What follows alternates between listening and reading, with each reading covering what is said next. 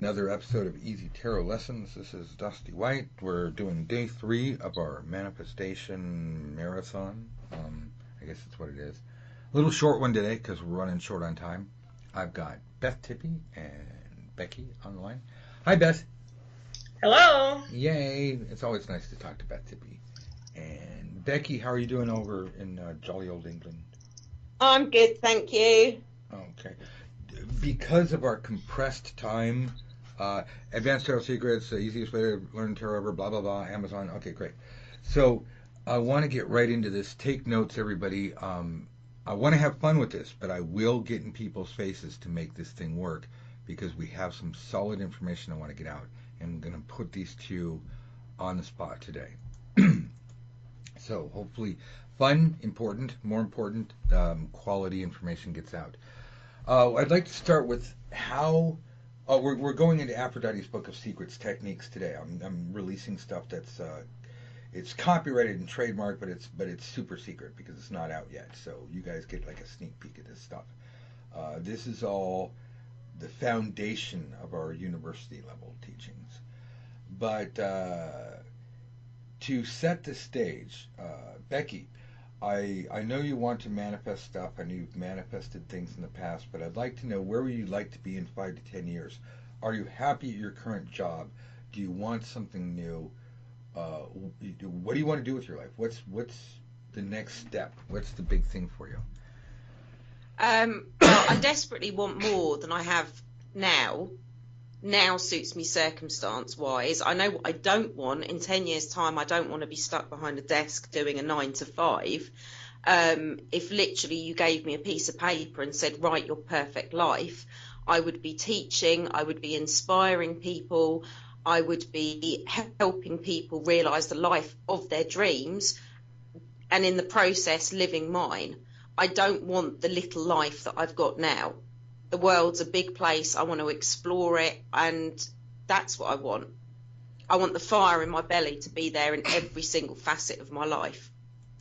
Okay, so I hate the word coaching because it's so overused, but in the purest sense of the word, if I've got this right, you're teaching workshops, you're coaching people, you're mentoring people, you're using your experiences to show how they can judo flip their lives, how they can go from a null state to a very active state.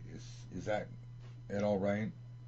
Yes, I mean, I think there's a reason that I've lived the life that I have up until now, and I've had the experiences I have up until now. And in tiny part, everybody walks their own paths in life, but in tiny part, I'd like to use my life as an example to others that, you know, the advantage of hitting rock bottom is then there's only one way up, and it's not just a case of surviving, it's above and beyond that. I think it was Chesty Puller, and I apologize if I'm wrong, famous Marine who, and again, if I'm wrong, who, when informed that his troops were surrounded, he said, excellent, that simplifies things. When you hit rock bottom, there's a lot you don't have to worry about, which means you can take all of your awareness and compress it, you know, again, Aries energy, and blast through obstacles that you wouldn't be able to normally because you're not being pulled in all these different directions. Your rock bottom means you can push off from something. Does it make sense? 100%. Okay. Hey, Beth Tippie, I got a question for you. Sure. Becky has indicated her desire to, and again, she wasn't highly specific and detailed in her statement. So we might be a little off, but that's okay.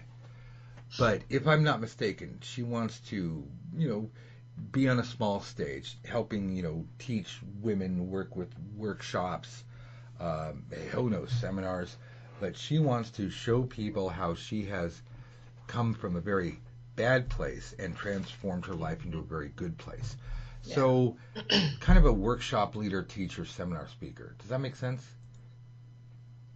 Yes.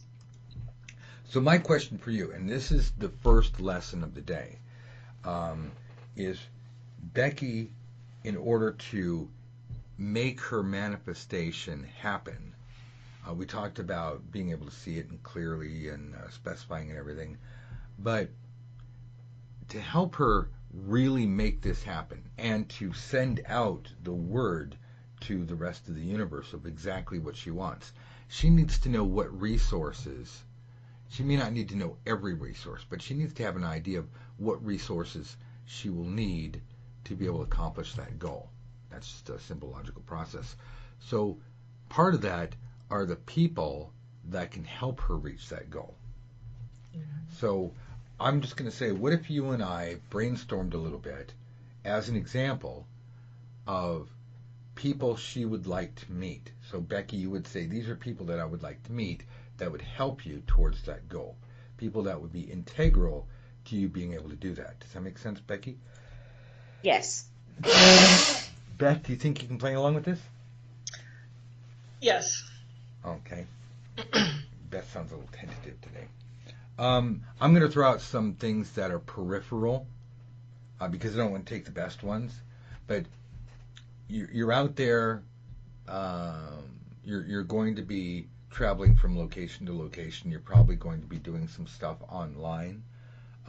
You're certainly going to need an accountant to balance your books, because this isn't like showing up and going to work. This is, you're kind of writing your own ticket, right, Becky? Yes. So along the way, even though it doesn't seem integral to your manifestation, it is important to keep your eyes out and kind of send out a psychic message that part of your manifestation is you really want to meet a good yet affordable accountant, because that will save you a lot of hassle, and along the way, this particular person may be able to show you how to limit the expenses involved in your early days. They could save you a lot of money, allowing you to get to your manifestation a lot faster. So that's where the physical really blends with the metaphysical. Does that make sense? Yeah. You'd probably want some kind of IT guy, or I'm sorry, person, maybe not a full-on web designer, but somebody who can help you figure out the difference between a blog and a podcast and a website, and figure which one is right for you to get your message out to the world. So, somebody computer savvy. So writing down a little list of people that will become your support team or your advisors or your counselors, so that you can focus on the business of being what you are. These help you not only cement the reality of your manifestation now in your visions, but you're sending out an early call.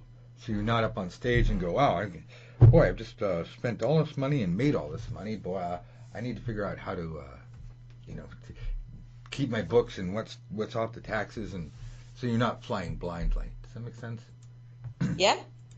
All right, Beth Tippie, I've given you Yes. a couple examples. Does anything pop to mind just offhand of what you think Becky might need?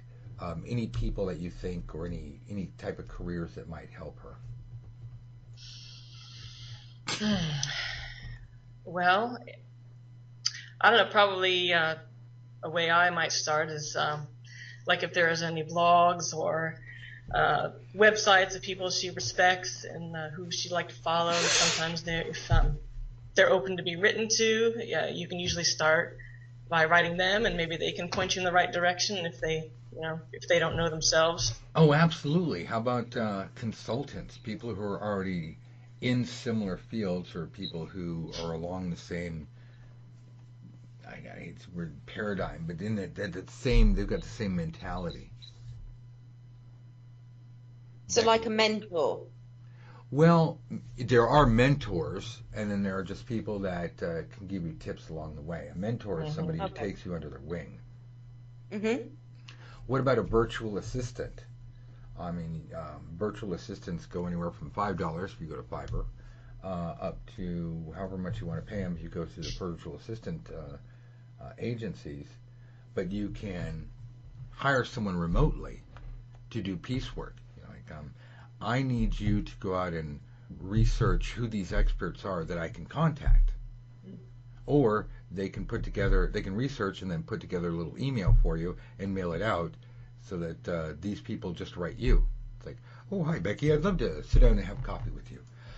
Mm-hmm. So we have accountant, some kind of IT person, web designer, consultants, as Beth Tippie said, virtual assistants.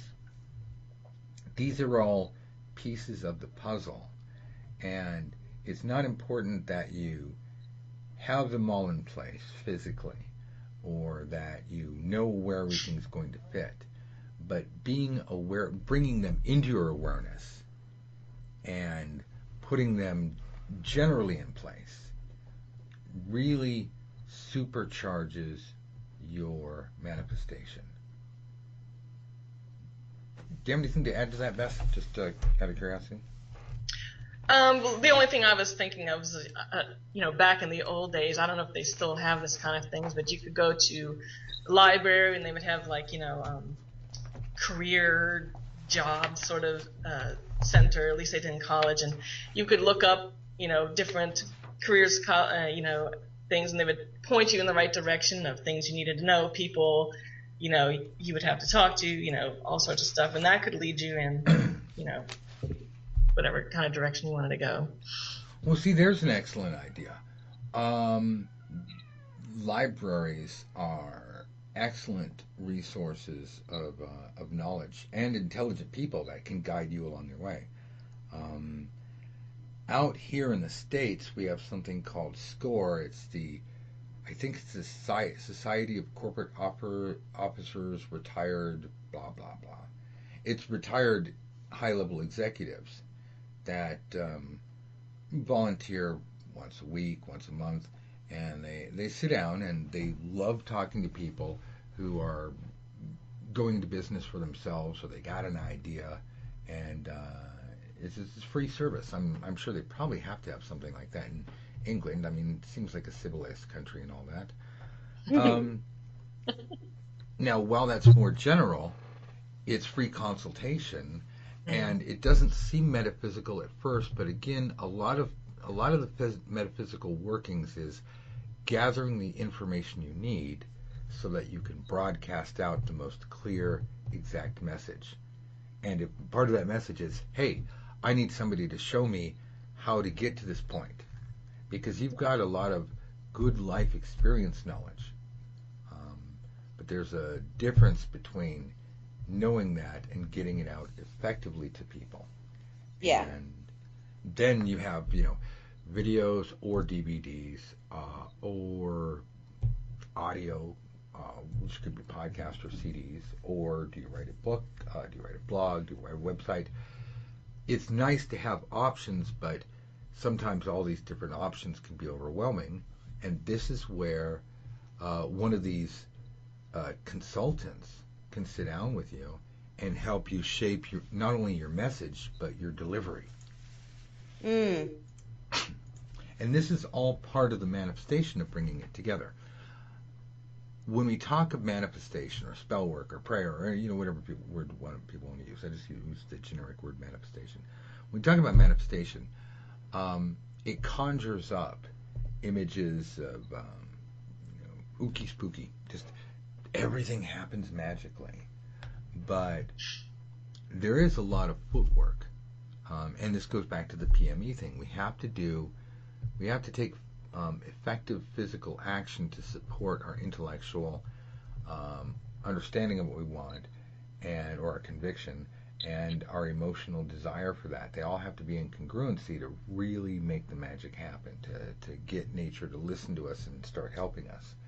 Mm-hmm. So this is an example of narrowing our physical activities involved with manifestation to the most highly productive things. Because you've still got to live, you've still got 2.5 kids. Well, you had 2 kids and probably 0.5 along the way. And you got a job and you got all these other things. So it's not like you have all the time in the world to fritter away on your manifestation. You want to maximize the value of any physical effort you take towards your manifestation. Because otherwise it just takes longer and longer and longer. Yeah. Throwing out new ideas again. I was just going through Aphrodite's Book of Secrets because I wanted to give some supplemental information today on how to achieve your goals and manifest, but do so in a way that anybody can just listen to this podcast and take the bull by the horns and actually get things done. There'll be time for courses later. Let's get some action done right now. Let's get people some real life success and results.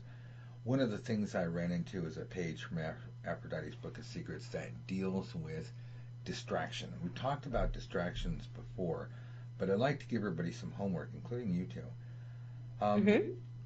Really simple, standard sheet of notebook paper. You can use unlined paper if you prefer. But I want you to write at the top of the page, big giant letters, distractions. And try making a list, 15 to 20, things in your life right now that seem important and may be important, but you find that they leech time away from you. At the end of the day, you just don't have time to do what you do. I'll start you off with an example. My only job right now is to finish this stupid astrology book. It's been a number of years. I've blown deadline after deadline. In theory, I'm working on this 7 days a week. In reality, here are some distractions. Facebook. Yay. Well, it's important to reach out to people who are reaching out to me because, I don't want to just wall myself up and say, I'm so important. I don't dance on Facebook. And then there's email. Oh my God, I have a spam filter, and then I have this thing called Sane Later, which I swear by. This is like $5 or something. But what it does is it takes things that aren't spam flat out, but I've signed up for so many newsletters, and I get a lot of mail from people that want me to review something, which I appreciate, but it's not in my area of expertise. And I'll get things from Amazon, yay, but it's just, Amazon Local or Groupon. And somehow it knows the difference between a letter from Beth Tippie and a letter from Amazon saying, here's our latest special. So it's like it's like a spam light filter. So the point is that this thing, it'll fill up with 100 messages in a day, much less my spam folder. So I've had to email, number one distraction. I found myself wasting 4 hours a day checking email because I just don't have it in me. Somebody writes me a letter, oh, Dusty, please help me with this. I've got this problem. And I'm like, I envy people who can go blip, blip, blip. They type 3 words and send. No, I have to give you a whole paragraph. I have to sit down, think about what you're asking me, write the best of my ability, and then, of course, to the end, I always say, let me know if you need anything. And I'm sincere about that. Well, I can't do that if I'm digging through message after message. So now I've found an alternative to that, but the point is that email, super huge distraction. Facebook, super huge distraction. My cat, which my roommate bought for me, and now I have a cat. And I'm not appreciative of the fact that I have a cat, but wasn't looking for one. Now that I have one, sure, yay cat. The problem is the cat likes to sit right on the keyboard. I kind of type for a living. Maybe I should get a fake keyboard and let him sit on that. But see, now the cat is a distraction, and I'm like, oh, well, I suppose I could pet the cat for half an hour, and then he sits on my lap, and I'm like, oh, pet the kitty. And it's nice, and it's like, oh, look at me, I'm an author, I get to sit around petting the cat. And but if I was at work, the boss would say, I don't pay you to pet the damn cat. So putting down the cat under distractions looks pretty harsh on paper. But I understand what I'm saying. Meow, meow, meow, Mr. Kitty. And, oh, look, let's go play with a toy. So these are all things that just eat up time either throughout your day or throughout your week. Let's say a physical therapy, right, guys? 3 times a week. Okay, fine. I'm just getting over the accident. I'm doing better, but I got to do this stupid physical therapy because it's what they tell me to do. But that's like 2 hours out of my day plus I have to, like, I can't really plan anything that's going to be interrupted. So I'm not complaining, but I'm giving you guys a real life example. So on your lists, when you write down distractions, don't be afraid to write the kids, the cat, work, but go beyond that. Sure, the first 5 will be easy, but after that, start looking at things and finding out what is standing in your way, what is eating up your time, what are your time, energy, and intellectual vampires, what's just sucking the life out of you. If some things, like the cat, can't be gotten rid of, okay, but at least I can close the door and force myself to work and know that Mr. Kitty's going to be out there playing and happy, and he's got toys. He will survive if I'm not there looking at him. Matter of fact, most of the time he ignores me anyway. So there are ways to deal with the distractions so that, and especially like kids, we want to make sure we give them all the love and attention and everything else they need. We don't want to leave them alone and unsupervised. But there are ways, as I am told, to regulate our time so that we are capable of taking care of our responsibilities without allowing them to rob us of everything. And at the end of the day, we've done nothing. At the end of the day, we've done nothing is not a bad thing. But 365 consecutive at the end of the days we've done nothing makes for a pretty crappy year. Beth, I want to get your thoughts on this. Yes. Just anything off the top of your head. I mean, I totally get what you're saying. I mean, I'm right there. I can get distracted pretty easily by like TV. That's like my worst one. I just love watching TV, Netflix, and all that stuff. Oh, I love TV. I just finished House of Cards. Oh my God. Archer. I know. If you finish one, it's like, oh, I should really, lay off. And it's like, ooh, this looks interesting, and I love the way you said that, because that's me.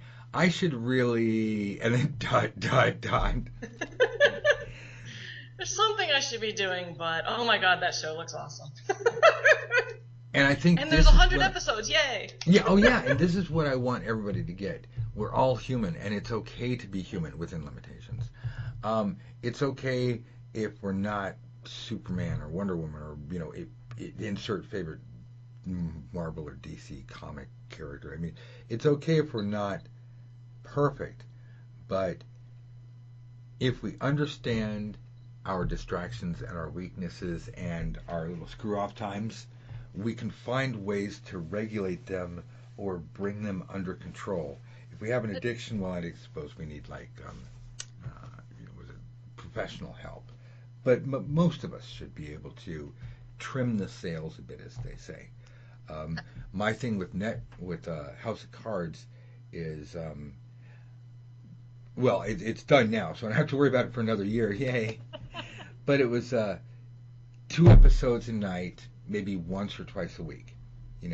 I knew going in, and I cheated. I was like, well, it's not really an hour because there's no commercials, and if I don't watch the beginning, I get down to 56 minutes. It's like 112 minutes, and then I'm right back at work.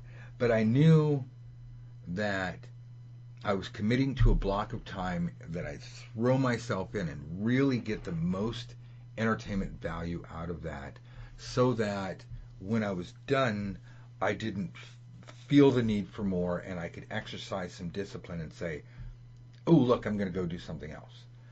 The problem is, it's kind of like snacking. If we just keep snacking and snacking and snacking, it's hard to know when to stop snacking. So intellectually, this doesn't sound like, manifestation secrets, but what I want to do is plug the holes in the boat, because a lot of manifestation success is not shooting ourselves in the foot or not allowing the boat to sink because of all the holes in our plan while we're bailing out the water. The hardcore direct techniques I have addressed in previous podcasts. I will address it. This all will be in a huge, giant course when you take control of your life. That's down the road. For right now, let's just have some fun making good stuff happen. In Dusty? advanced, oh, one second, now we're there. In Advanced Tarot Secrets, I've added, hardcore techniques. So it's not like it's not available. And I apologize today. It's like so short. We did get to a lot. But yeah, Beth, please. Can I ask another question about Please. distractions? I mean, is there? It's a sincere distinction between, okay, there's the obvious distractions like, watching TV for 6 hours a day or whatever. But like some of the things that quote unquote would be distractions. I mean, sometimes I find that a lot of my most important lessons end up coming from things I would consider like, oh, this is distracting from my life, when actually it's like, well, this is really what my life is about. I mean, where do you draw the distinction between, real, true distractions? Because that's where I have a bit of a problem. Can you give me a question? Can you give me an example? Say like you say, you put your kids on the list, and I understand what you're saying. You see, when it comes to things like kids and pets, we have to be really careful because I don't have kids, so I feel like I'm not allowed to say that kids are a distraction. But I will say this. Well, no, I get what you're saying, but yeah, kids are the most cherished, wonderful, special things in God's creation, and they're the most amazing things, and they make our lives wonderful. And the only thing more important than our spouse are our children. I mean, I get that, all right? That being said, being a parent part of being a parent means you don't let your kids run the household. I mean, that may sound obvious, but part of being a parent that seems rather sucky is you really can't just be your kid's best friend all the time. Sometimes you got to get in and you got to kind of school them. You got to, prepare them for the outside world, for the big leagues. So along those lines, yes, all the love and attention support you can, but when they're doing homework, if it's not homework you need to supervise, or when they're at school, or when it's nap time, or if kids represent a specific challenge, and I'm not going to dole out parenting advice at all, but yes, you have to find what works for you. Now, other than children, things, because that is a loaded question, and I want to address that, but I don't want to overstep my bounds.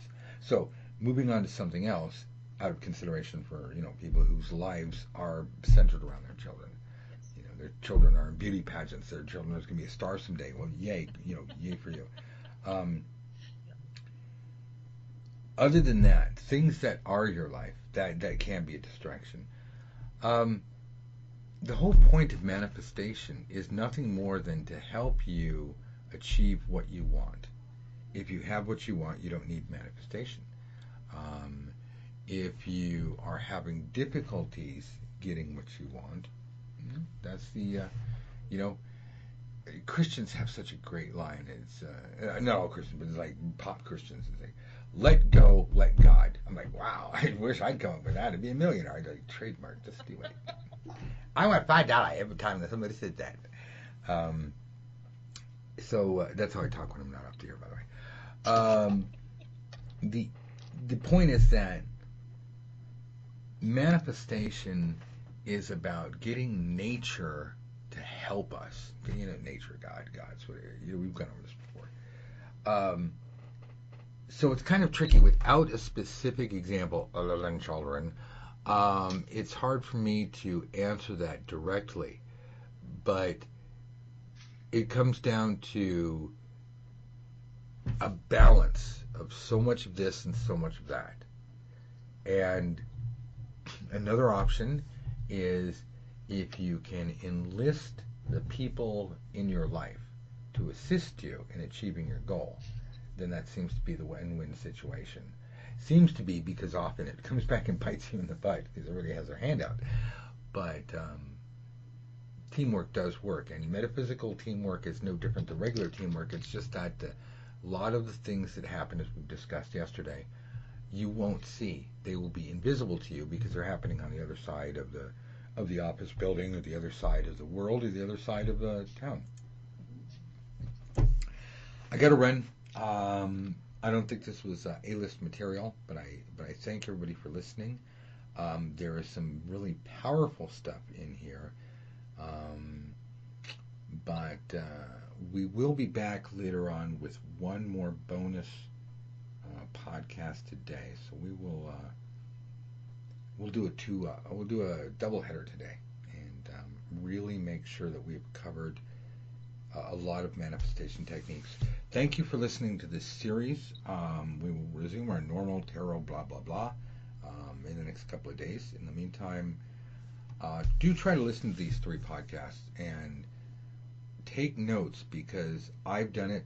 Beth Tippie has done it. Becky is doing it over and over and over again. Nate's done it. Julie's done it. Deb Altman's done it. Debbie Matt has done it. On and on and on. Any parting thoughts on manifestation, Beckita? Well, just very quickly, listening to what you were saying about the distraction, prime example is there's something pretty big I want to start working on manifesting. And I said to myself at the beginning of the week, right, I'm going to get home and I'm going to dedicate my evenings to it. I've been late for work twice this week because I was playing with the cat and didn't want to go. And I was into a really good novel, which I couldn't put down.